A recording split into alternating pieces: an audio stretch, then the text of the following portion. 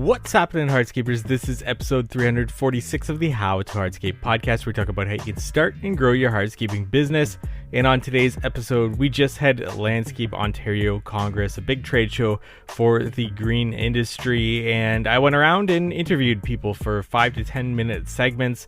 So we've got some returning guests, we've got some new faces, we've got a wide variety of topics, everything from interviewing business owners on struggles they experienced in 2025 or what they're looking forward to in 2026 to marketing topics and things with your website and a lot of different things throughout this episode. So enjoy the live interviews, short segments from about 9 different guests throughout this. And before we get into it, we want to say thank you to our sponsors. Cycle CPA. If you're looking for bookkeeping, accounting, CFO services, reach out to Cycle CPA at cyclecpa.com.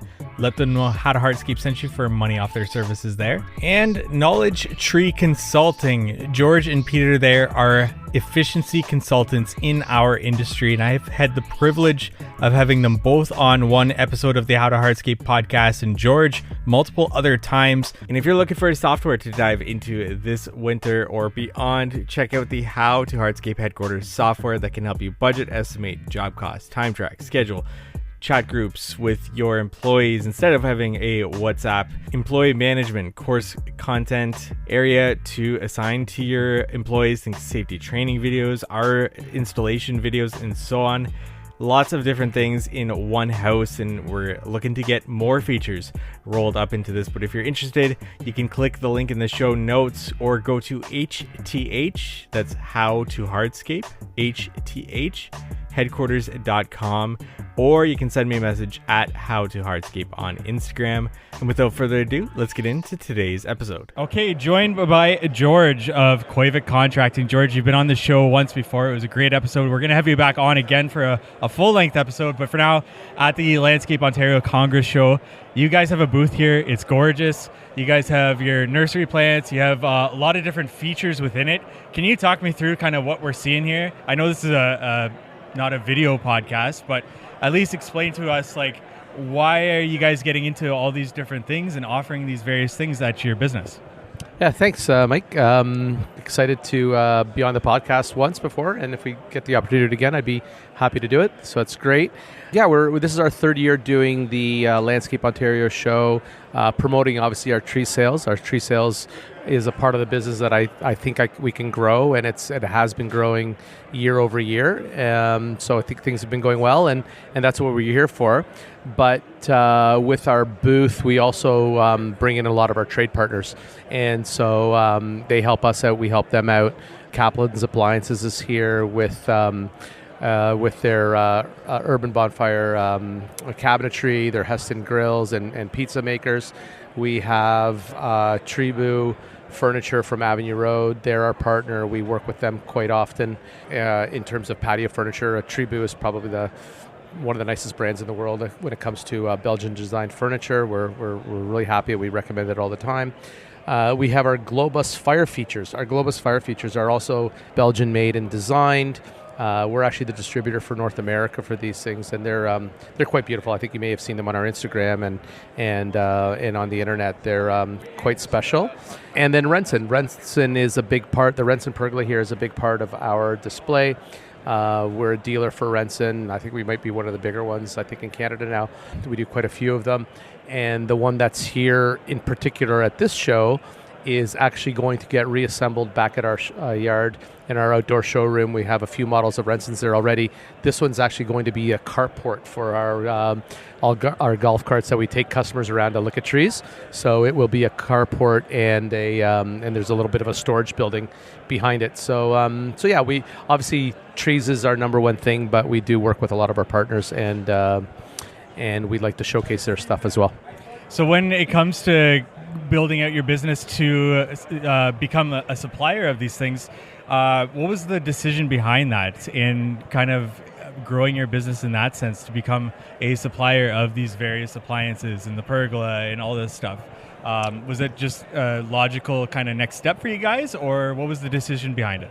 Listen, I'm not sure if there's ever a conscious decision. I've had a speech before on how we grew our business, and I think with me, I've never had the maybe the foresight to say, hey, I'm going to grow my business to X amount. I think it's grown, inevitably it's grown organically, but if there's been one methodical thought process to it, it was to sort of vertically integrate.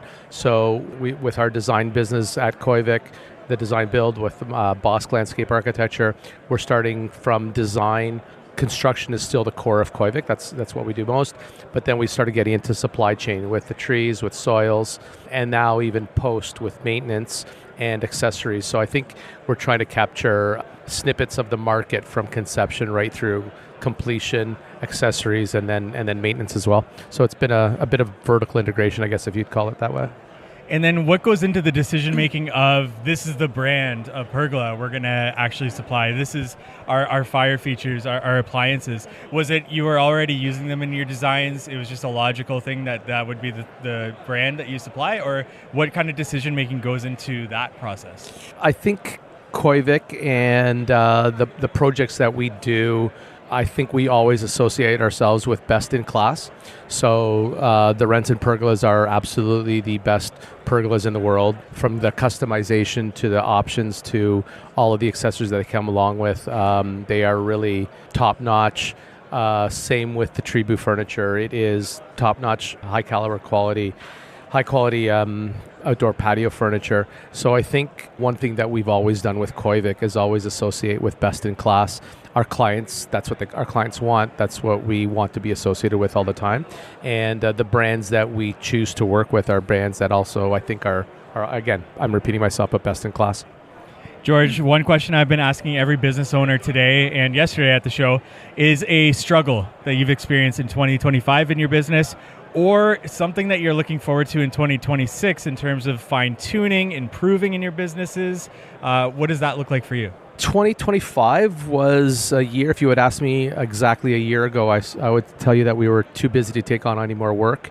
And we did have quite a bit of work. We did have a bit of a frustrating year just in terms of timing. So a lot of the projects that we were supposed to be working on in May and June weren't ready for us until September, October. So we actually, we were busy the whole way through, but the jobs, the bigger projects that we had lined up that we should have been rolling through in the spring, the profitable type of stuff when we're working efficiently, that didn't happen until the fall for us. So in those terms, it's not like we didn't have the sales, we just didn't have the production that we wanted because of delays. And this year there were not three massive projects waiting for other trades, and unfortunately landscapers always come at the end of the timeline for a new house build, and so we got caught in that quite a bit this year. So that was little bit frustrating for us.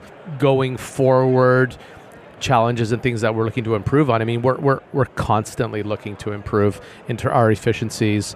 We're starting to look into some sort of AI systems that will bring in some systems for our maintenance division. We're going to revamp the way we track our maintenance division, and with some SOPs there. Again, we're constantly looking how to improve in efficiency. That's something that doesn't change any year. We're always looking to improve. Beautiful. George, thanks again for joining me on the podcast, and I look forward to a longer form interview whenever you're ready for that. And where can our audience go to find out more about Koivik, everything that you do supply, your nursery, or wherever you want to send them to? Yes, thank you. Happy that you're here and happy to do this again with you. People can find us at koivik.com, www.koivik.com. That's our website, and we try to have a relatively decent Instagram profile. So we are Koivik on your Instagram. And I definitely recommend to our audience, go check out Koivik on Instagram, see the beautiful projects that they do. George, thanks so much. Thank you. Okay, joined by Kevin Scott from Muskoka Landscapers, the Granite Warehouse, the Wealthy Landscaper. Kevin, you got so many things on the go, vast landscape design as well. Did I miss anything? No, I think you got it. I nailed it. Wow, that's pretty amazing. And this past year, we've had you on the podcast early on. So it's been about a year since we had you on the show. Gone through an entire year of your different businesses. What's kind of happened this year? Tell us a little bit about how things went, some hang-ups maybe, or how this whole sales has gone in this 2025 year. Yeah, sounds good. I think we were very similar to everybody else. I think the market, wasn't strong. I think we at Muskoka Landscapers, we didn't hit the numbers we were hoping to, but we were really happy with the systems that we had implemented, and our net was still strong, so we were happy with that. But yeah, it was a different year for sure. I mean, even in our area, certainly the spring market was weak. Thankfully, we had a lot of work booked in 24 for 25 that kind of carried us through. So we were really thankful for that. But yeah, I would say that was our biggest struggle, is just right fit work, good solid sales. And that certainly picked up after July, and I'm super excited about 26. I think we're going to have a really strong year everywhere in the industry. When you are in your season and you're realizing like you're not hitting your certain benchmarks that you've created in your business, perhaps your budget and things like that, where do you start to see that, and how do you start to adjust the rest of your season to account for things like that, for profitability, for revenue, or anything? Yeah, I think one thing that I would say first is I'm always focused on the net. The net is the biggest driver for me. I mean, ultimately gross and sales are part of it. But as an example, this year, we were probably $2 million below our revenue goal. But a lot of that was based on the type of work we were getting. The programming wasn't as high, so it doesn't take much for us to lose $2 million in revenue if there isn't a few $300,000 or $400,000 pools in the mix and more courts. And there was still great, hardscape projects. And that's what carried her through. So again, like I said earlier, I think the net was really strong in light of the revenue being down. But those are kind of the factors I try to look for the most. Is we also look at our hours a lot. We know that we've got a certain amount of hours that we need to fulfill for the year to reach our goals. So those three things put together kind of trend well for us. We use a lot of subcontractors, so that's another good one to measure. But when we look at the historical data that we have, and then mix that in with the stuff that we've predicted, we can generally get a pretty good sense of where we're going to be in the next couple of months, just based on the data. Yeah. And one thing that we just spoke about when we met here was that, and I don't even know if I can cut this out, but you guys are going to get back into maintenance. Yeah. Reasons why for that? Can you give our audience a little bit of insight as to why you would want to do that?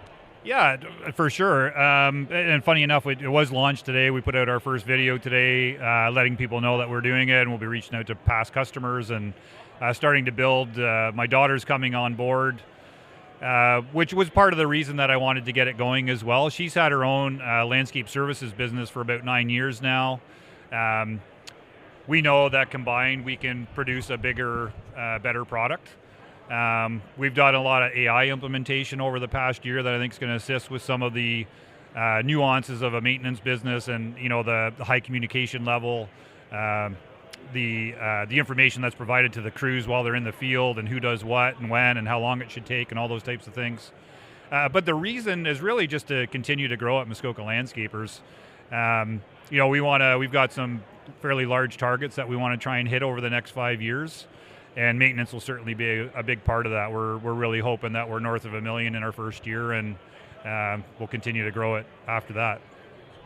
And so this past year, most of the people that I talked to, especially in Ontario, it was a difficult year, mostly because of sales, but also people thinking about their business in different ways, struggles that they've experienced, things that they are looking forward to in 2026 that they want to work on their business.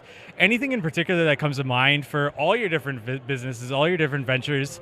Our last episode, we actually talked about vertically integrating, so all the different businesses that you have vertically integrated. So feel free to speak on any one of your businesses or all of your businesses, but what's a struggle you've experienced this past year, or something that you're looking forward to working on and fine-tuning in your business coming into 2026? Yeah, so I think the struggle was probably closing deals. The market was much more competitive. The thing we found in our area too, because our area was still relatively strong for work in comparison to other areas, is that we had a lot of outside resources or companies coming in, being competitive, but not really having a full understanding of the type of work. And I'm not saying that it's specialized, it's just very different than other areas. And the products we use, and the elevation, the bedrock, all that sort of stuff, blasting. But as far as the other companies, I'd say they're all working on different things. Some of the earlier ones are still working on some of their systems, building a brand. You know, at Muskoka Landscapers, obviously the maintenance division has been a big focus. AI has been a big focus. We'll continue to work on both of those this year. And then just systems. I mean, we're constantly, like, we've been in business 18 years, but we're constantly making changes to our systems and trying to improve it a little better, trying to make it better for our team all the time. And that's something that we have in common at all the businesses. And yeah, it's what makes it fun. Kevin, I could sit here eating up hours of your time just getting into talking about AI systems and what you're planning to do that. But we'll cut it off here. We'll get you on the podcast if you're interested for another full-length interview to talk more about that. But Kevin, where can our audience find out more about you? Yeah, any of the ones you mentioned earlier on Instagram, I'm connected to all of them. Pretty easy to find on LinkedIn, socials, our website, muskokalandscapers.ca. That's got all my contact info in there. And yeah, always a pleasure, Mike. I feel the same. We could do it, and we'll definitely do another pod. That'd be awesome. Beautiful. Thanks, Kevin. Awesome. Thank you. All right, joined here by Michael from Suarez Landscaping. Michael, thanks so much for joining me here. Yeah, thanks for having me. And we kind of catch each other in the off season. It seems like once a year, and kind of catch up, see where things are. But yeah, how was things in 2025 for you guys? How did the season go? What did you see? Well, 2025 had plenty of ups and downs. Yeah. In our market, things were sometimes good and sometimes not so good. Yeah. So we spent time making sure that, number one, we kept the guys busy. Yeah. And two, refining who we were looking for and realizing we couldn't really be everything to everybody. So we had to take a second hard look at that. Oh, yeah. Yeah. So it's, something to everybody, or not being. Can you expand on that? What did that mean for you guys in your business, as being something for everybody or not? Yeah, so I would say for us, demand decreased. Yeah. Which meant there was less abundance of people looking for some of their higher end projects. And then a lot of smaller stuff were coming in. Mm-hmm. But we didn't understand why the smaller stuff was coming in, like the really small stuff, because our marketing said that we didn't really do it. Gotcha. But they would still come in. So we hired a marketing firm. Yeah. And it was probably the first time ever we actually started to look at the question of who are we attracting and who are we detracting. Right. And we were caught in the middle. We didn't really notice it. So once we started paying attention to it, we started looking at the leads a little bit more carefully, who was not who, and put a better filter mechanism in place, if you will. But then started trying to change the marketing so that it actually said, hey, we do this for this person, like here's who we want to work with and who's who we are.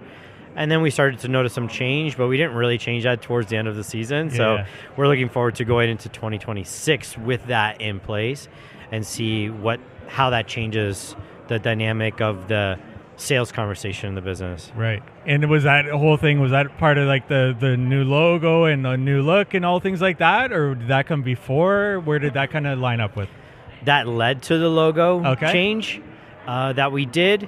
I had been thinking about a logo change probably though for about 5 years. Gotcha. When we got really heavy into the design build, realizing that the logo was kind of cartoonish, like it was towards more maintenance type of brand. I had always wanted to change it, but wasn't sure how. And then we didn't say yes to it until the marketing firm we were working with seemed like the right ones to do it with. Gotcha. Up until that moment, I definitely wouldn't have trusted anybody to take that on. That makes sense. With your website, you guys have a lot of great content on there. You've spent a lot of time doing various things that go into search engine optimization, getting backlinks and putting good content that targets specific keywords and things like that. How somebody kind of just getting into it and wanting to do it for themselves, how do you what would you point them in the right direction to figure out keywords and how to target for them, but more specifically, get those backlinks that you guys have to come into your website and all that? Okay, So first, I would try to understand that individual and what they're capable of, what they're not. Sure. There's a big question to Yeah. ask, so break it down however you want there. So I would say, okay, I will just talk about it in general, and Yeah. then whether you're capable of it or not is a whole nother question. Sure. If you're capable, great, pursue it, especially if you're a smaller business, like under 500K. Whatever you can do on your own is probably as much as you're going to be able to do, unless you have free cash that you can do a marketing project. But in general, we've almost always had somebody working on SEO, which is different than the web design, different than the blog articles that I might put together, Right. different from the photography and video that we hire out on some of the higher end projects. We'll always have a videographer come for a day and shoot a bunch of projects. But without the SEO, we wouldn't have gotten a lot of the work that we've gotten. I know some businesses are mixed between how much referrals they get and how much organic online they get or paid online advertising. Sure. If you have a healthy mix, that's great. If you're just concentrated in only one of those, you're probably not in a good spot. And you might already realize that in your business if you had a year like 2025. Yeah. Some businesses did great, some businesses did very poor. Right. And you probably know why now. So whatever you can afford to do, whatever you can do yourself, have at it. Do as much as you can. Some of the AI tools are really helping the DIY space now. Right. The caveat for that is just try to vet it so you don't put bad work out there. Gotcha. With that, working with other marketers, and especially for things like SEO, how did you go about vetting marketers? Because I get hit up by marketers nonstop every day of the year. Okay, so I've had my fair share working with marketers over the last 12 years. And it's I'm not going to call it an expertise per se, because I don't do it professionally full time, but it's one of my sweet spots in business. So to recognize if that's going to work right now at this time for us and what it should cost and so on and so forth. If someone's going to it fresh, I think the main thing I would be asking for is results and proof. Without it, to me, the claims don't matter. Right. So if there's not a strong reference for them working with a company like you at your life, like in the stage of your life cycle of that business, I probably would just say no. Gotcha. And move on, because it's probably not going to work out. That makes sense. So, little caveat: I hired a paid advertising firm a year or two ago, who was in the hardscape space, but they couldn't execute because what they were used to was like simple $10,000 patio advertising, Gotcha. and we were like $100,000 plus design build, Right. and they couldn't bridge the gap. That's so we interesting. wasted all our money with them. Man, that's interesting. That creates a whole, like, somebody could specialize in hardscaping, but they specialize in the lower end products or projects, and then you can have another company that does those large. Yeah, that's creates a whole other thing for marketers in and of itself. Yeah. For trying to vet those, man. Yeah, with marketing, devils in the details. Yeah. I mean, you can say that for anything, I think. So if the details aren't aligned, it's probably not going to pan out. Interesting. Michael, one thing I've been asking everybody that comes on the show when I do these short little burst segments is something that you struggled with in 2025 or something that you're looking to improve in 2026 in your business. Do you have something that kind of comes to mind in terms of struggle last year or trying to improve and focus on in 2026? Okay, so we're on the end of kind of figuring out who our ideal client is for our business. And we've made those improvements, but we haven't seen them come to fruition yet. So 2026 is when we hope to test the waters and see that, whether that project actually is panned out or not. Right. But then for me, aside from that, is just always trying to find ways of developing my leadership and management skills, because I think it's for me, it's pretty easy to put a system together and an SOP and, let it ride out, and it's probably going to work out. But the people in the business matter a lot. So unless they're on board with you, unless you can inspire them to go along the ride with you, it's really hard to grow a business. So that's where I'm personally paying personal attention to. Beautiful. Michael, thanks so much for your time here. Where can our audience go find out more about you? Where do you want to send them to? Okay, so you can find me on LinkedIn. If you just type in Michael Garcia, I'll pop up there. That's where I'm regularly posting some thought articles in the space. And I'm in Ontario, Canada, so it'll pop up there in the profile. Beautiful. You actually posted something that made me think the other day that it doesn't come to mind right now, but I was like, man, that's so true, what you just posted. Oh, it's going to bug me that doesn't come to mind. But yeah, check out Michael Garcia there on LinkedIn. Good follow. Awesome. Thank you. We want to take a break from today's episode to thank our sponsor, Cycle CPA. It's crucial to review your financial statements on a monthly basis so you can diagnose areas for improving your business's financial health early before they become significant issues.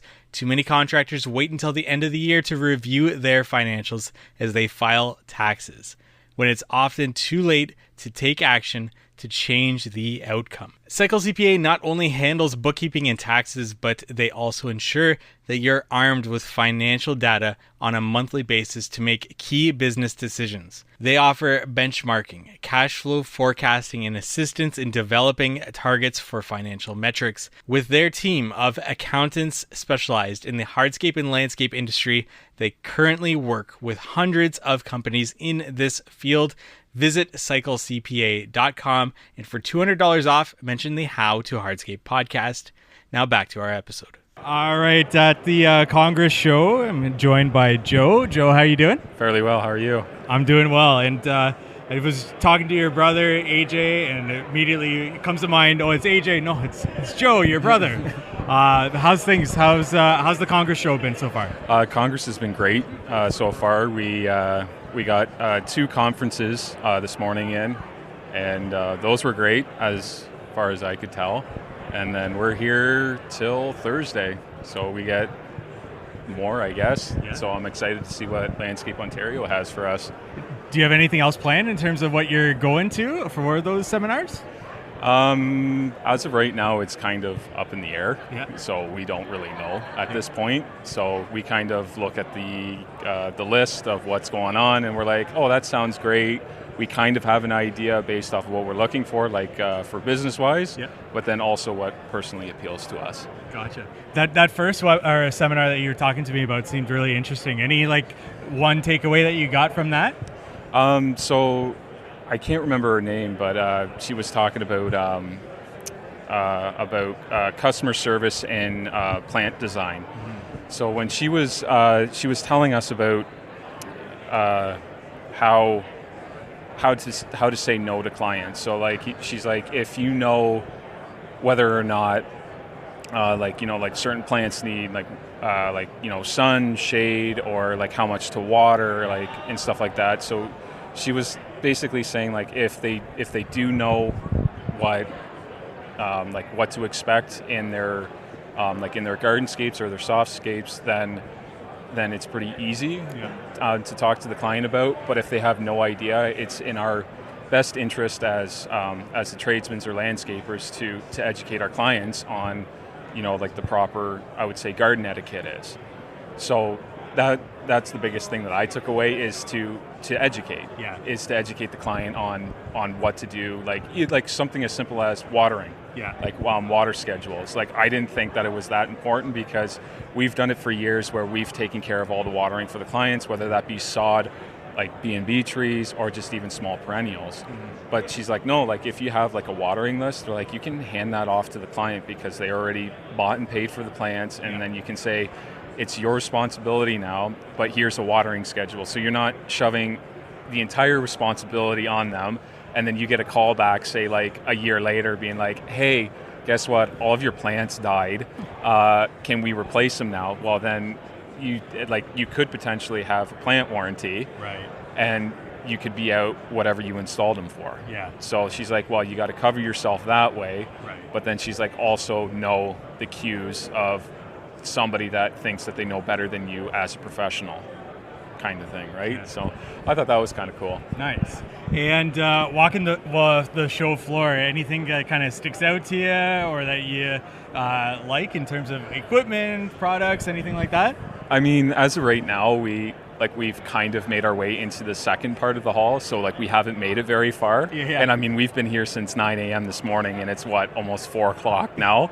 We haven't made it very far, and I mean, like, we talked to somebody at, I can't remember their name. It was Pro Hook or Pro Lift or something like that. Right. The only reason why we went there, he drew us in with stroop waffles. Oh yeah. So we got a couple of stroop waffles from him, and then we talked to him, and then he was telling us somewhere over on this side of the building is a pontoon boat that has a like a skid loader bucket on it and a like a backhoe attachment, and apparently it's for like cleaning ponds and stuff like that. Kidding. So then he told us about that, and I'm like, I got to work my way over there to see that. So I know it's here somewhere. I'm just waiting to see it. Yeah, for sure. This past year has been an interesting one for most people that I talk to, contractors.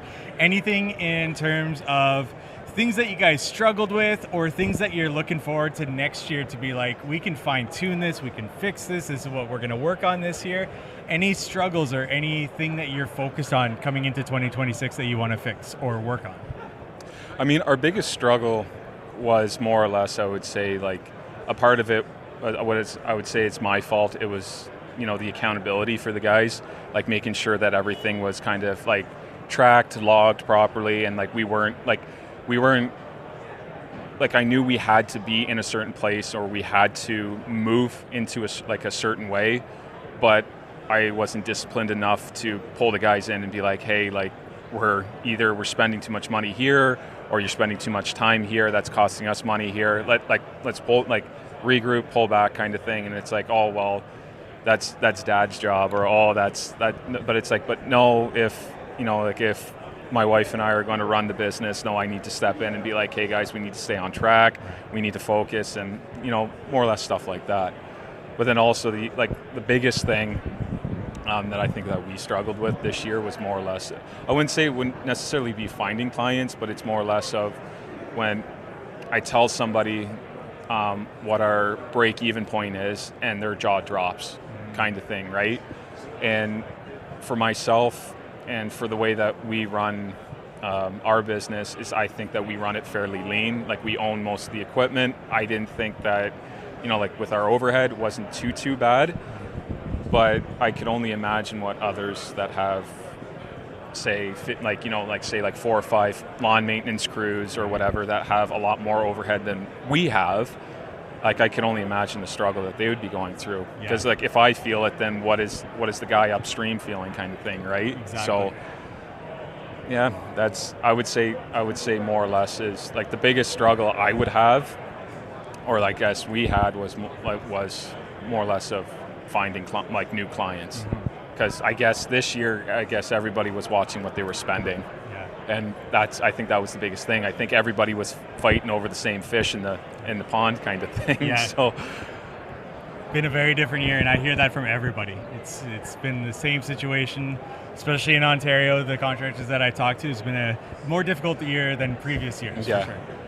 Well, and at the beginning of the season, it was like pulling teeth with my dad, because we decided to get another zero turn for the lawn maintenance division. So we had it where our old machine was I would say we could fix it, but the cost of repairs outweighed what a new machine would be, kind of thing, right? Like we would be sinking, $7,500. Well, that's a little bit, that's 50% or a little bit more than 50% of what a decent commercial grade mower would be. So we're like, all right, let's pull the trigger on that. Well, the dealer that we were buying from, he told me, he's like, Joe, if you don't buy the machine now, he's like, next season when the tariffs hit, he's like, it's going up 25%. He's like, your $13,500 that you're paying now will turn into $17,500.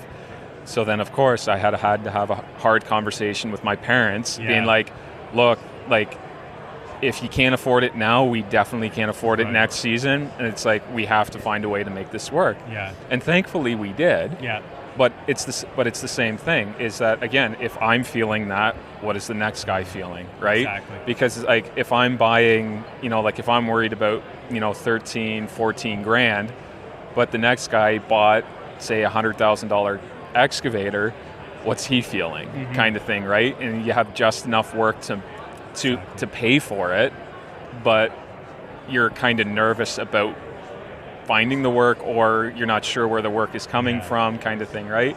And I'm pretty sure guys would probably tell me it's like, oh, you need to do more marketing, or oh, you need to you got to push harder on sales. Well, yeah, but you can only push so hard in sales before you hit a roadblock. Yep. So, I mean, it is what it is. Joe, well, thank you for hopping on the podcast. Where can our audience find out more about you or your business? Where do you want to send them to? You can look us up on Instagram at Raymar North Landscaping. That's pretty much where we are. We also have a website, raymarnorthlandscaping.com or raymarnorth.com. I can't remember which one it is. But that's pretty much where you can find us. Awesome. Thanks, Joe. Joined at the Congress show by AJ. AJ, how's it going? It's going quite well.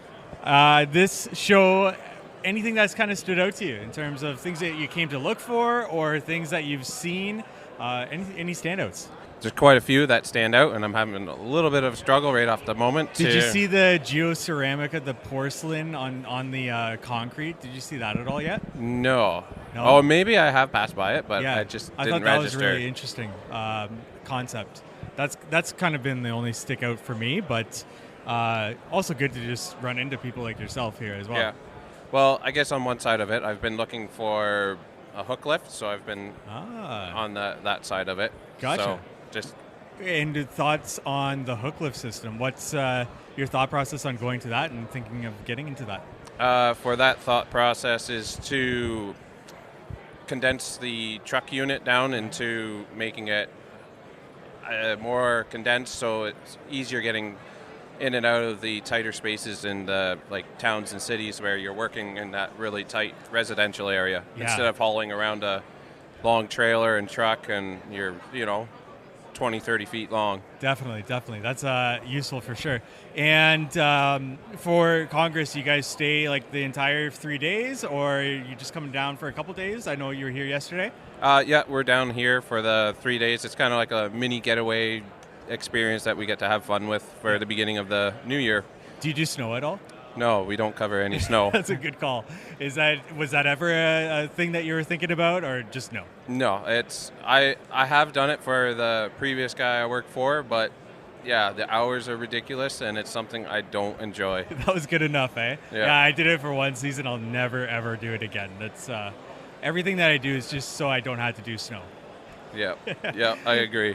I've been asking business owners that come on the show for this short little segment here, something that you've been struggling or you struggled with in 2025, or something that you're looking forward to improving in your business, tweak in your business, change in your business in 2026. Do you have something that comes to mind for that?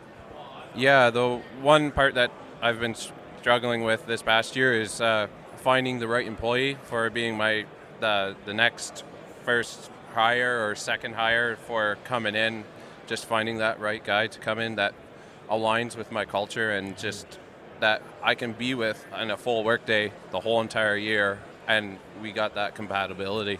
Man, that's something that I struggle with too. In the past, have you found somebody and it just hasn't worked out that you thought was going to be good? That's kind of been my experience, and then they kind of just move on to possibly bigger and better things. But in the past, has that been a struggle as well, trying to find the right fit? Yes, it has been, because I did have one young guy that was, I thought great potential, but then we didn't start seeing eye to eye. I encouraged him to do more, and then he just didn't he didn't like that extra weight, as he put it, of pressure of building up and going further. Then then that friction started there and continued. AJ, where can our audience go find out more about you, follow your journey in finding that right employee next year? Where do you want to send them to? You can check me out at Monolith Artscapes on Instagram, or you can come check out the website, which is monolithartscapes.com. Beautiful. Monolith and ARTSCAPES, Artscapes. AJ, thanks so much. Well, thank you as well, Mike. All right, here joined by Matt, co-owner of Tussey Landscaping. Matt, thanks so much for joining me on the podcast. Yeah, it's good to be here. Thank you for doing this. Yeah, and also part of Synced Up. I've seen you at these events as well, and what you guys are doing there. But I do want to focus on the landscaping business, your side of things there. Okay. I've never had you on the podcast before, so maybe I'll ask you some short little questions here. Sure, First and absolutely. foremost, when did you guys start? When did we start? So my brother, my oldest brother and my second oldest brother would have started back in 1991. Wow. Yeah, my dad helped him buy out a small local lawn care company. So that was back when I was just several years old. Yeah. And so I kind of faintly remember the beginnings of those days. So I would have been, I guess, 6. So Wow. it's kind of been a part of what we've done, Yeah. all my life, really. So So you said lawn care? yeah, lawn care. That's right. And then nowadays, do you have lawn care, or is it design build ponds? What does that look like today? Yeah, it's 90% design build, Okay. but we do maintenance. We kind of got back. Well, so we started out with maintenance, got out of that, went into more of the exclusively like the design build, Yeah. and then we started to get back into maintenance, having to do with like our water features, just helping our clients maintain water features, Yeah. And there was anyway. So at some point we were like, we need to do this, focus a little more on this, offer a service that works out well for them and us. And then we also, as we were doing it, we were like, if we're there, we might as well maintain our landscape too, Yeah. So we don't really do any lawn mowing now. We sub out a few projects, the lawn mowing, but it's mostly a water feature and landscape maintenance. Gotcha. So yeah. And you and 2 of your brothers co-own it? Or how does that So work? so it's me and my brother Steve. My oldest brother Dennis sold out, and like I said, I pretty much grew up. I worked, for Tussey Landscaping pretty much all my life, really. I've been in and out a year or 2, or 3 years. I wasn't there full time, but I was there part time. But yeah, so I've been here pretty much all my life for the most part, just landscaping. So that was started out working in the field, and it's kind of been my where I've been. So today, as your roles and responsibilities in the business, what do you do kind of, especially not during the winter time, but more so during the season? Yeah. What would you say your roles and responsibilities are? I would say it's operations manager. Okay. Yeah, it's Yeah. kind of where I've ended up. For years, I was full time in the field, and I enjoyed it. I really did. I'm more of a hands-on type of a guy, and see, it was my brother Steve. So Okay. we're both fairly involved in the day-to-day. Meeting at the shop, doing what it takes. So it depends on the time of the year too. So if it's spring and we're running behind on mulching, or I don't know, I'm kind of wherever I might need to Gotcha. fill in whatever like crunch we have on the schedule. Yeah. Whether it's on a job site or mulch, it just depends on the time of the year, So we've had some partner-based businesses on the podcast in the past, whether it's like a friend or a Okay. brother, sort of Yeah, that yeah. dynamic. It's interesting that you said your brother's also interested in operations, because Yeah. usually it's like one person's very interested in the out of the field stuff, the other person's Right. interested in the operations. Yeah, and yeah. It kind of meshes. How has that worked out for you guys? Yeah. Where you're kind of both interested Yeah. in the same thing. Yeah, so my brother Steve would have at one point done design and sales, but then we hired guys to kind of fill those spots. So obviously we have like an office manager, we have 2 design sales guys. So yeah, both of us, I don't know, I guess it's one of those things where you take a look at what's the weakest link, where do the guys need, and it's important to have that, to have the guys that are in the field, just to give them support and make sure that they're, you can kind of get a feel for what's going on out there. And so I mean, I can't say that we've, it's worked out well. We're both kind of more, I guess, nature that way. Gotcha. I guess if you're brothers, it's a bit easier. Even if you do step on each other's toes, at least you're related and Yeah. you kind of got that dynamic together, right? Inseparable, anyways. I guess, right? But my brother Steve probably does more office type, Gotcha. things, than I do. I'm probably more focused on operations than he Yeah. is, but it's kind of where we naturally both find ourselves more, you know, so. One question I've been wanting to ask you for actually years now is the YouTube channel. You guys are kind of ahead of the curve on that. And for a business to dedicate the resources of somebody filming in the field and editing and all of that, that's a lot to kind of just put towards something that you don't know where it's going to go, right? It's kind of up to the internet as to where that's going to grow to and what that's going to become. Obviously, you guys have grown quite a bit with it and have some incredible videos out there. But I want to go back to like that very first conversation, the beginning, to actually make the decision to put resources into growing a YouTube channel. What was that conversation look like, and how long before you actually like pulled the trigger to be able to do something like that? So with Tussie Landscaping, a lot of what we implement and do is oftentimes we get feedback from all of our guys, really. But, you know, whether it's design and sales or guys in the field. Me and my brother Steve are, like I said, it's a combination of ideas. And sometimes we sit around in the winter and say, all right, what can we do different? And it might be the sales guys that we're talking to. It could be the guys in the field. You know, maybe your top 5 guys that you're just kind of throwing ideas around. And I think it would probably, one of our sales guys, Derek, he was early adopter, you know, when it comes to internet and like videos and YouTube. Hey, we should do this. I think he would have probably, if I remember properly, he was probably the first one to start bringing it up. And every year we would focus on marketing. How can we get more jobs, you know? And we live kind of in the middle of nowhere, so it's not like we're close to like a big city or population center. So we were always looking for ways to get more leads because you had to work for them, you know. And so thankfully we're able to travel. I mean, we do about an hour radius there. We have good roads. We can get around. But yeah, we're literally in the mountains, and sometimes you wonder like who's spending the money. So getting the jobs has always been a concern for us, you know. And as we looked at just like print marketing and billboards, it's like, okay, some of those things are kind of going by the wayside. Like, what's next? You know, it's online. You know, it's the online ads and right along with that, these videos popping up. And at first it was kind of like a novel thing. That's kind of cool. Like, hey, you know, why not, right?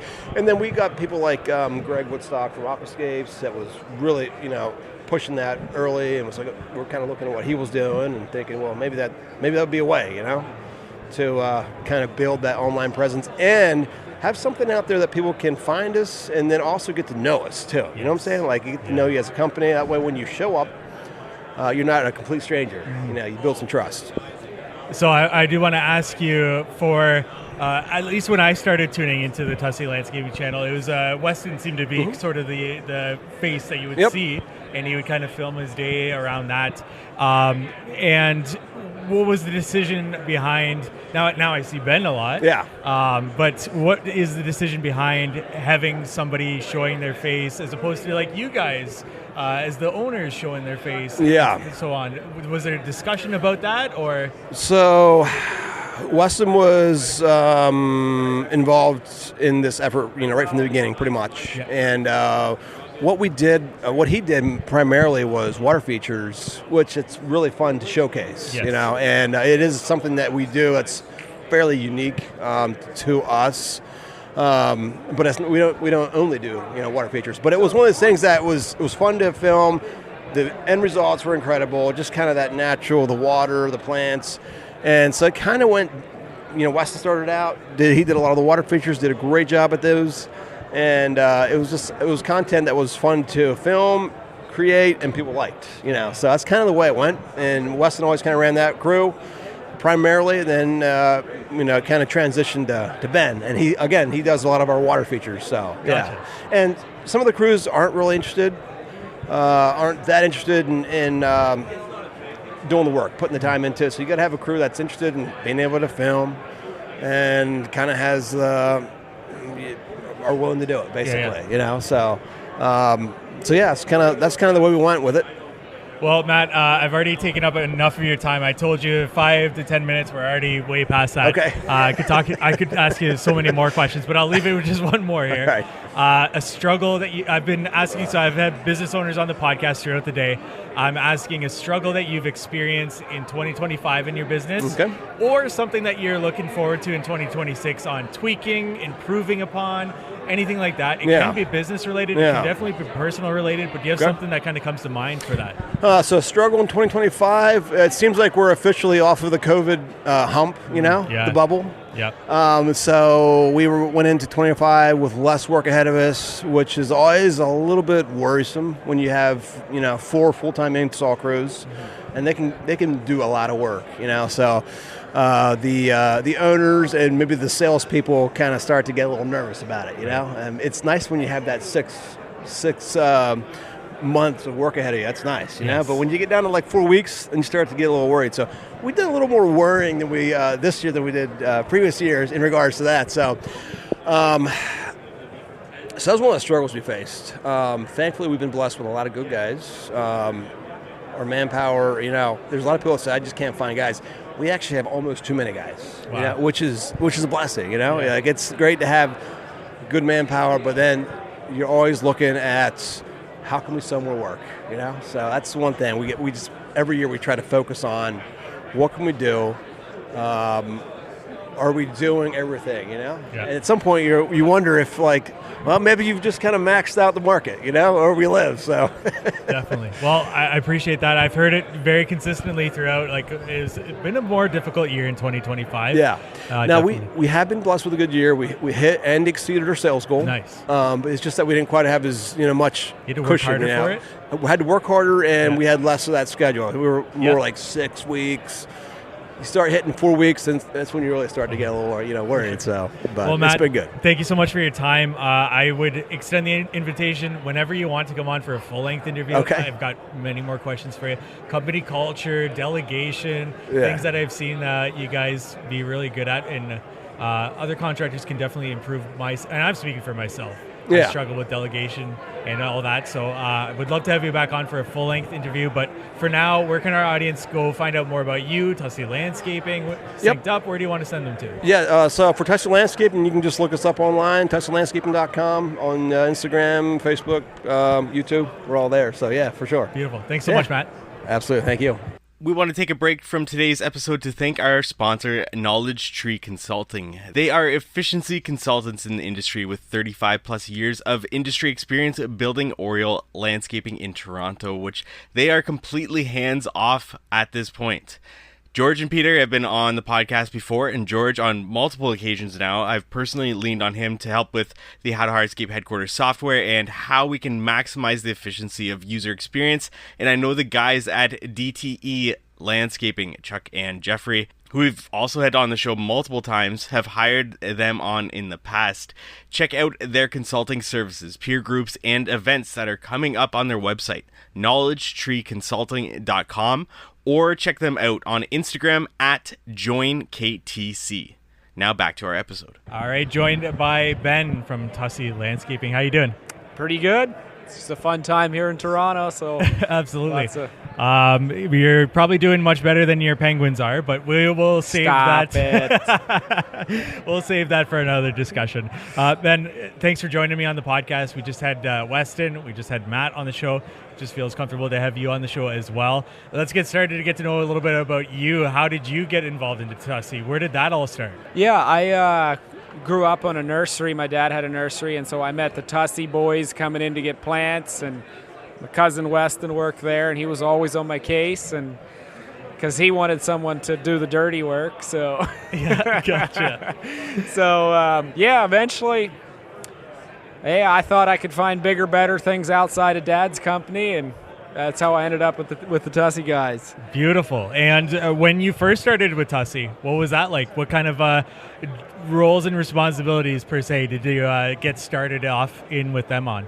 Well, it was, design build, and so there was, for the first year or so, it just seemed like you were doing a little bit of different things every day, and so it seemed like, wow, there's so much to learn in here. Yeah. Like we'd build a water feature, and then you'd build a patio, and they're two totally different things, and so that was a little bit overwhelming. But one of the things that was cool about that was the crew that I got put on with Weston was they were Artist of the Year winners of Aquascape, so we got to do a lot of really cool water features. So Nice. I got an opportunity to work with some very talented people in that field that I feel blessed to have had the opportunity to do, because that work has become my favorite thing in the field. So that was a unique privilege. Definitely. It definitely comes across in the videos. I was just talking to Matt about the YouTube channel. And from when I first started following you guys, saw a lot of Weston's face. Now I see a lot of your face. Where, how does it come about in terms of like what you're going to film that day? Do you film every day? How do you kind of get started on what's going to be shown and so on and so forth? Yeah, exactly. Yeah, I mean, it really varies on the project. If it's going to be a one-day in and out thing, I'm going to record more because it's going to be a short video. So we'll make sure that before we start a project, I sit down and look at it and was like, does this project have anything unique about it that I can use? Like, is it, is it a lot of things crammed into a very small backyard? And so I can make this video about utilizing every square inch of this backyard because it's small. Is it something that, is really big and it's in front of a corporate company and it's about getting... So I'm always looking for things like, which direction can I go with this? Or I might even do... It could be a small wall that is a perfect use case for teaching a homeowner how to do some of these yourself. It can be a do-it-yourselfer video. And so, yeah, each one is different. But I generally stick to a format of introduction and then update.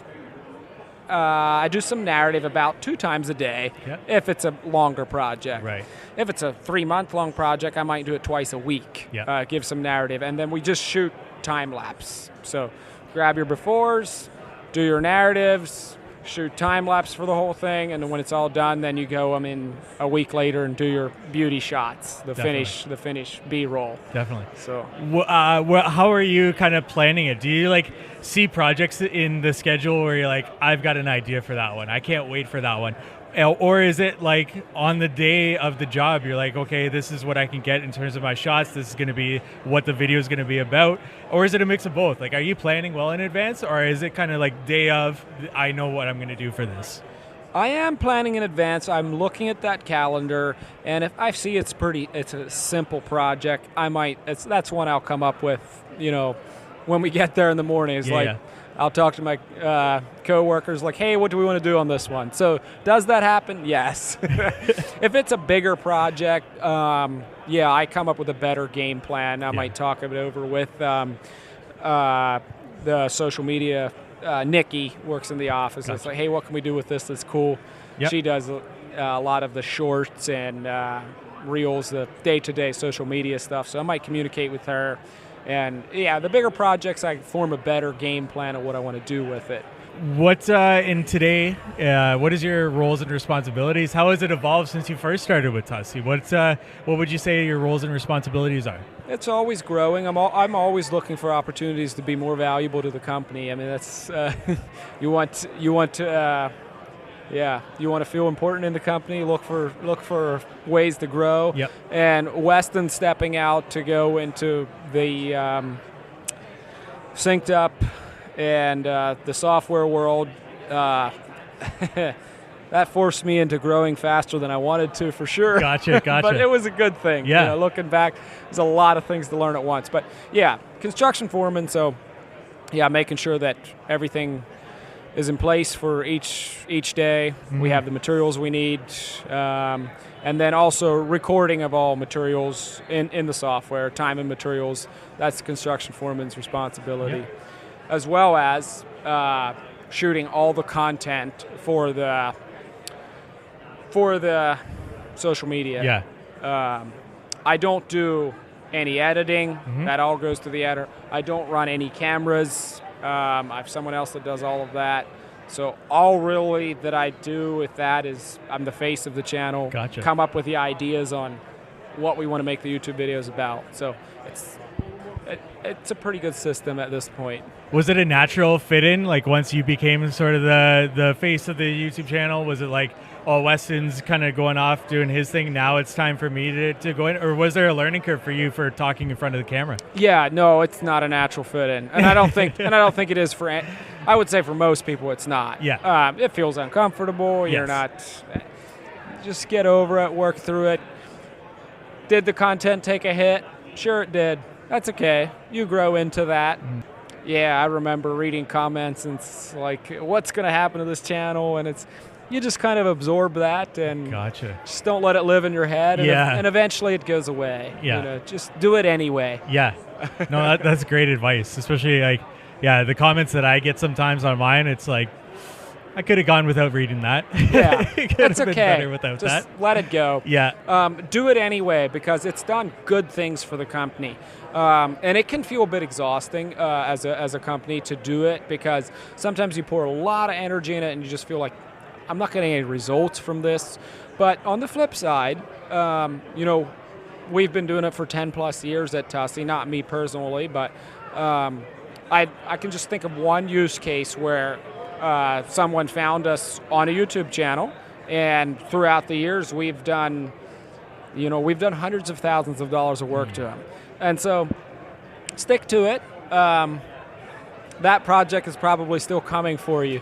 And then my last question for you, Ben, as an employee side of things, what do you look at in terms of Tussey as what they do really well for their employees? You've kind of touched on a few things that kind of come to mind throughout this interview in terms of kind of giving opportunities and things like that. But from your perspective, what does Tussey do well for employees? Yeah, now you're asking a hard question. A big thing that's at Tussey is a very good team culture. Mm-hmm. The people that are there are nice to work with. Communication is good. It's a kind of place where you want to go to work. And culture is something that's built over time. And you can have a job that pays really well, and you can even have the work that's fun. But if the environment is not enjoyable to be around, you're not going to stay there. Yeah. And Tussey has done well with that. They have employees. Many of their employees have been there for over 10 years, and some of them for 20 years. Mm-hmm. And so they retain their people because they get treated well there. I'm sure there's more to add to that, but does that answer that question? That answered my question really well. Yeah, absolutely. Ben, thank you so much for joining me on the podcast. Where can our audience go find out more about you, Tussey Landscaping? Yeah. Where do you want to send them to? We're on Facebook, Instagram, YouTube. You can check out our website, tusseylandscaping.com, and see the kind of work we do. So, we're on all of those. Beautiful. Ben, thanks so much. All right, here joined by Weston of...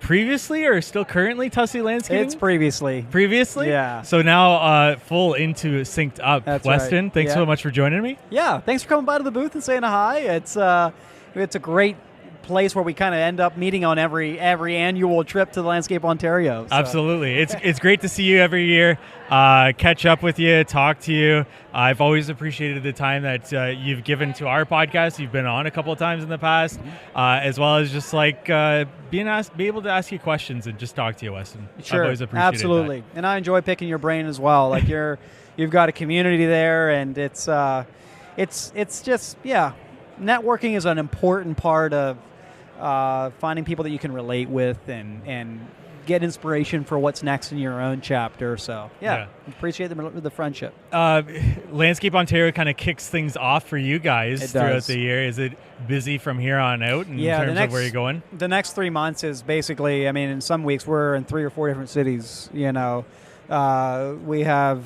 probably 50 to 60 different events we're doing over the next 3 months.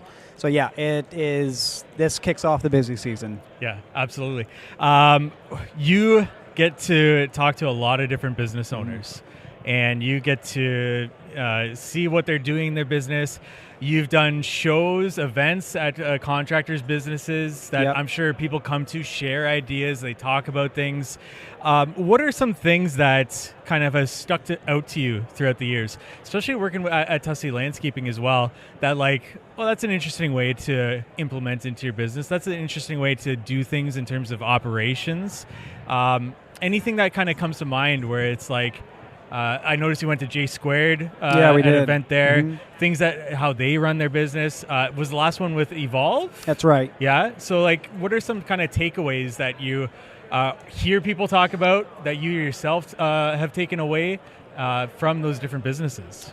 Well, it's always inspiring to go see another successful business and get ideas from it. But you referenced Tussey Landscaping and then Evolve and J Squared, companies we've done the Contractor Summit event at, which is an annual event for contractors.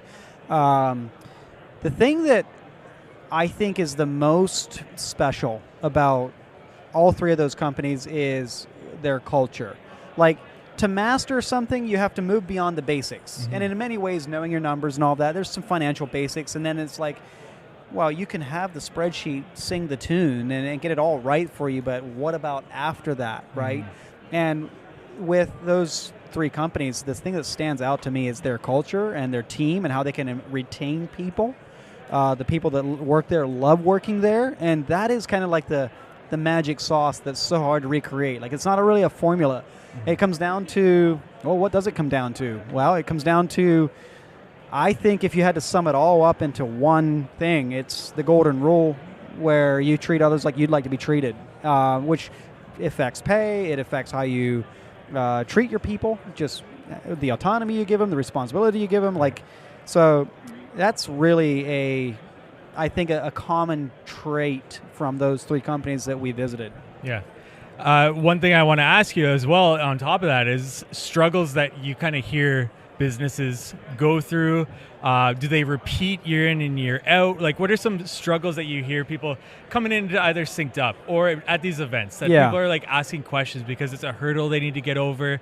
And then my next question on top of that is it consistent year in and year out, or do you find it changes depending on the contractors that you talk to? I think it does evolve. I don't think it always stays baked the same year in, year out. But I don't really think it changes every year either. It's probably more slow, maybe on a 5 year. Well, here's what's in my mind with your question is, what are people struggling with? I think in this day and age of social media, and you can see so many examples, so many companies, just by scrolling on Instagram for 20 minutes, right? And in this, there's two things that come out of that. The comparison of like, oh my goodness, why am I not further ahead yet? And then secondly, I call it the split focus. Like where I got to do that. Oh, that's a good idea. I got to do that. Yeah. And that there's nothing wrong with the idea. The idea is a good idea. And you should do it.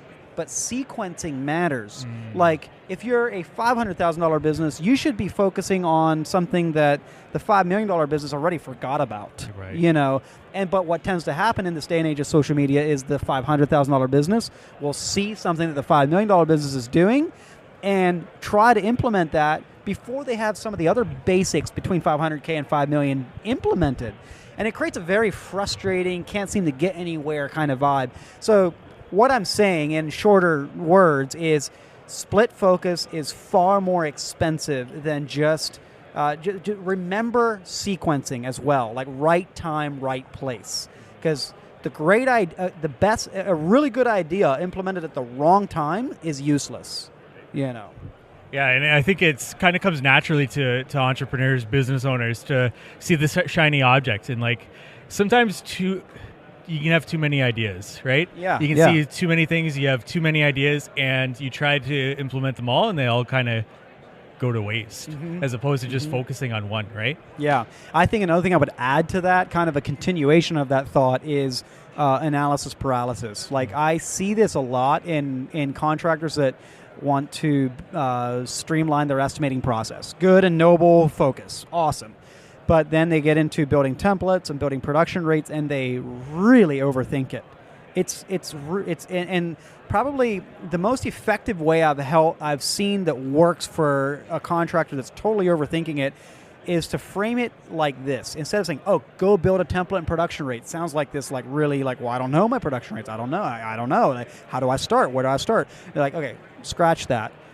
Let's pretend that you're building a job that you do day in, day out for Mrs. Jones, and I'm going to give you a few parameters. Like let's say it's a patio, just for a really easy example. Let's say that you're building a job for Mrs. Jones, and it's 600 square feet, and it's the same product you use 90% of the time. Like, how long would that take you? Oh, well, it'd take me 3 days. Well, how many people are on your crew? 3 people. And 10-hour days when you factor in drive time and all of that. Okay, so 30 hours a day, 3 days, 90 hours, divided by 600 square feet, there's your production rate.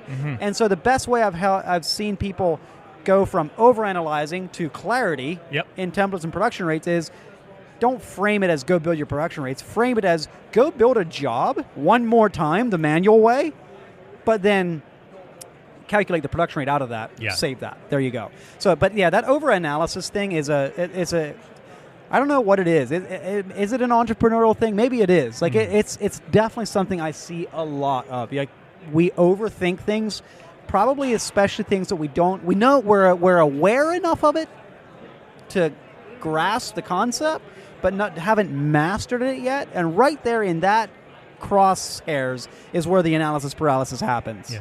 There's also the sweet spot, isn't there? Because the opposite end of overanalysis would be square foot pricing, right? Just wing it. Yeah, exactly. Yeah, that happens too. Yeah. So there is that sweet spot, and it's tough for people to, find it, I guess, in their business or move past what's very simple to, what, this is a little bit more accurate. And then you can get crazy accurate and waste a lot of your time, right? For sure, yeah. There is a balance to all things, like moderation, like KISS, keep it simple, stupid. I'm a big fan of it. And the reason, using your square foot thing, the reason people do that is because it's fast and it's easy. Yeah. That's why. Okay, we'll make your correct estimating process fast and easy, problem solved. And you're not winging it, Yeah. But yeah, it blows my mind, man, how many people are out there just, how do you price your, like this is one of the questions I ask at trade shows. Hey, how do you price your jobs? And the amount of people that just like, I just look at it and give it a number out of my head. Just blows my mind. Yeah. Yeah. I mean, but, when you can get a long ways with brute force. You can get a long ways with brute force. And it just kind of, in a way, I like the term from Dave Ramsey, choose your hard. Like, you want to be in debt? It's hard. You want to be debt-free? That's also hard. Choose your hard. In a lot of ways, that principle applies to business. Weston, last question for you here. Why budget? Why create a budget? I know a lot of companies that I talk to, or even my podcast hosts on the Not Our Finest Hour podcast, talk about how they don't budget, and it's not something that people need to do, and so on and so forth. And I have my own opinion on it, and I'm sure you have yours. But why, for a company that out there that has never created a budget, that maybe they don't even go off square foot pricing, maybe they have a decent way of pricing things, but why set a budget in your business? Well, it's all that a budget, it's a means to an end. It's not because I want to nerd out. It's because it's a means to an end. I want every estimate that I send out the door to be priced profitably. And most contractors know the concept of calculating your overhead, dividing it by your hours or days to come up with a daily rate or an hourly rate. They understand the concept, and they might even do it, but they might only do it once a year, or it might be a year or two since they've last updated it. And the why budget is because if this is true, if I want every estimate that I send out the door to be priced profitably, you have to budget. Otherwise, it will not be priced profitably every time. So if that is true, then the only way to do that is to keep a budget so that you have a place to, when your insurance goes up, you update it. You add a new truck, you update it. You hire another person, you update it. And outdated numbers, I don't have any data to prove this, but I suspect that outdated numbers just might rob more profit from this industry than the lack of any calculations at all in some ways, because like market rates, that's another topic. But like, I'll just give you some examples. I just did this on a speaking gig that I was at, where I was kind of giving some hypotheticals. I took a hypothetical $1 million budget, and I said, okay, cool. Now, how many of you guys have replaced or added a truck since you last calculated it? The number of hands go up. Okay, how many of you guys have hired or fired somebody? Number of hands go up. How many of you guys have insurance has gone up, or you spun up a new marketing campaign? Number of hands go up. and be like, okay, now let me go through this hypothetical $1 million business budget and show you the impact of that. It was over 50 grand in that 1 year. And $1 million budget, $1 million business, that could be half your net profit. So like, I guess it's like, I want to educate people to do the right, but at the end of the day, it's your money you're losing. Like I have no horse in the race other than just trying to raise the bar in this industry, help more people be profitable. But it kind of blows my mind at how often people will consume this information that we're talking about right now, and then just be like, kind of shrug their shoulders at it. Like, okay, so that's how you feel about 50 grand? Okay. Yeah. But that's why you budget, is to make, ultimately, to bring it all down to one sentence, is to make sure that my pricing is always up to date and every estimate I send out is priced profitably. Absolutely. Weston, thank you so much for being on the podcast again. Where can our audience find out more about you? Where do you want to send them to? So you can check out synkedup.com. It's spelled with a K, synkedup.com. Our Instagram handle's the same. We're on Facebook, social media, all the Synced Up is the handle. And we have some free tools that people can use. We have a labor rate calculator and all of that. So feel free. I mean, it's in this day and age of the internet, information is not the bottleneck anymore. It's implementation and execution. So there's some information. You got to do the implementation. Absolutely. Thanks so much, Weston. You're welcome. Thank you. Joined here by Rob from Intrigue. Rob at the Landscape Ontario show. How you doing? I'm amazing. Thank you, Mike. Rob, I just told you that we published your episode just a few weeks ago, and we recorded that back in April. I've been waiting with anticipation. I can't wait. No, seriously. I'm so sorry about that. I'm not worried about it at all. It was great. A really good episode. So this is fresh in people's minds if they listen to the podcast. Marketing, I want to get into websites and backlinks. Okay. Vanessa showed me my website audit and how bad it was, and pretty much backlinks is a main thing there. But for you guys, somebody coming into wanting to make their website better, backlink strategy, what do you guys suggest? What do you kind of point people towards, or what do you guys do for that? Okay, cool. So, take backlinks out of the picture because it's just like this boring topic for the sake of a podcast and an interview. The name of the game when it comes to getting found online is actually quite simple. If the robots trust you, they'll show you to people. So now we have to figure out, how do we get the robots, the things that crawl the internet, to figure out if you're trustworthy. And so if you look at the kind of three main tools that people use globally for understanding how to do search engine optimization, answer engine optimization, everything engine optimization, you've got Ahrefs, Moz, M-O-Z or M-O-Z, and SEMrush. They all have an equivalent of the thing called an authority score. An authority score is a score of 0 to 100 that essentially says how trustworthy you are perceived by the robots. The number one thing you can do to increase that score is getting backlinks on high quality websites that have domain authorities, a score of 50 or higher, linking back to your site. Gotcha. Yeah.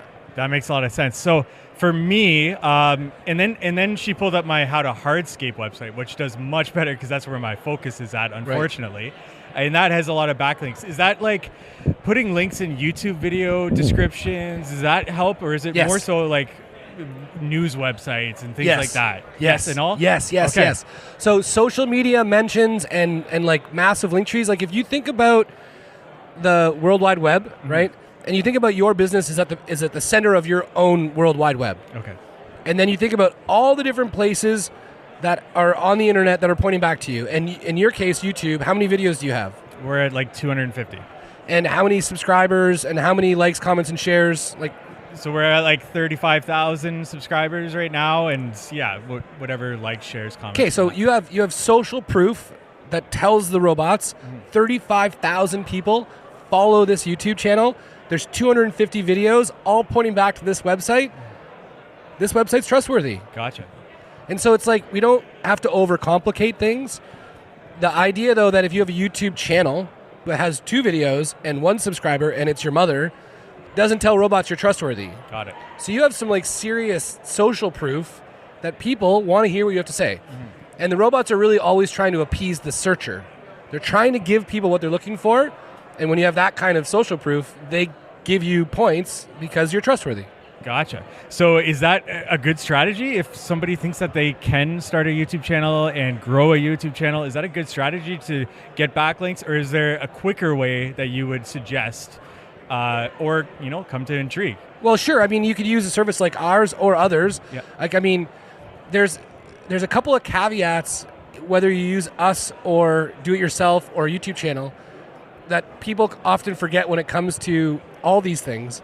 It has to be quality stuff. Right. So, like, we write content on behalf of our clients, but we interview them to get subject matter expertise, and then we build relationships with aggregate websites like findahomepros.com, all these different websites that have all this news, information, and articles and resources, and then we send them, we're like, hey, we wrote this article for our client, all about everything to think about when designing a backyard space in New Hampshire. Yeah.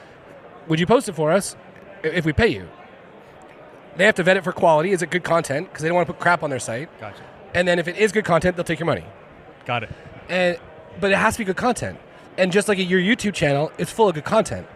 So like the mechanism, like the method, is just one part of it. But the means, like what you do with it, the how, is really important. Gotcha. Now, when I was interested in SEO quite a long time ago and haven't really brushed up, but I know there's things like no follow and follow links. Is that still a thing? Is that important? Yeah, I mean, they are important, because if you were to put up a no follow link, it doesn't help at all. Gotcha. So if someone were to post it by accident, it wouldn't be good. And then you're getting into technical things like relative canonical tags. If you want to like post something that's on behalf of somebody else, but it's on your site, but you want to say, yes, this is somebody else's, so I'm not going to necessarily link to them, but I'm going to tell the robots that I'm actually borrowing this from this source over here. So there's a lot of technical components. Sure. But if somebody wants to look at how to consider using this for them today, they can look up two things. One is the DIRT approach to SEO, so dirty approach. Okay. So it's delivery, infrastructure, relevance, and trust. Or EAT, E-E-A-T, experience, expertise, authority, and trust. If you use those acronyms in ChatGPT, Gemini, or in Google search, it'll feed you a lot of things that you can probably do on your own today to start building this stuff up, and then realize it's a marathon, not a sprint, and the only way to sprint it effectively is with a lot of money. So SEO is a game that we talk to our clients to use to get off of what we call the Google crack, which is Google ads or meta ads, any ads, so you can get found organically. But it takes a long time, and it also depends who you're up against. Because we always look for, if there's a gorilla in your market, somebody that's been doing it well for a long period of time, catching up and leapfrogging can be really difficult. How are LLMs or ChatGPT changing the search engine optimization game? Is it very similar in terms of somebody puts into Google, landscaper near me, or looking for a service? Is it very similar in ChatGPT if they put the same thing? From my experience, no. Okay.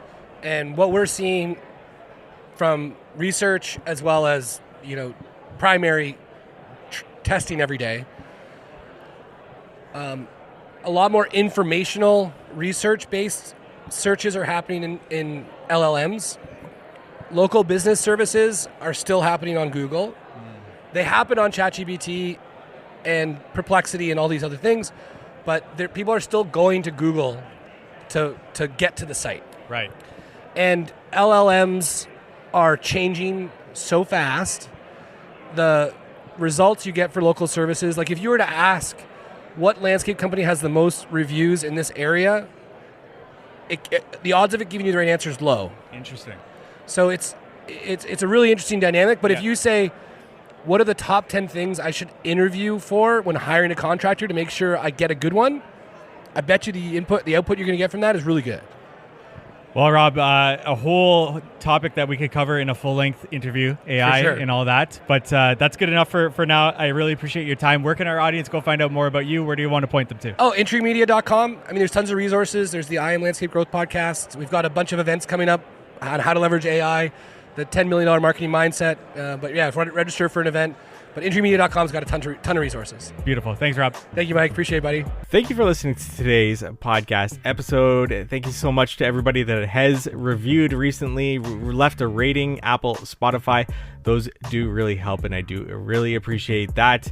And if you haven't already, a couple of clicks and you can give us a rating and review on Apple, Spotify. Those really do help. And before we leave you, we want to say thank you to our sponsors. Cycle CPA, if you're looking for bookkeeping, accounting, CFO services, reach out to Cycle CPA at cyclecpa.com.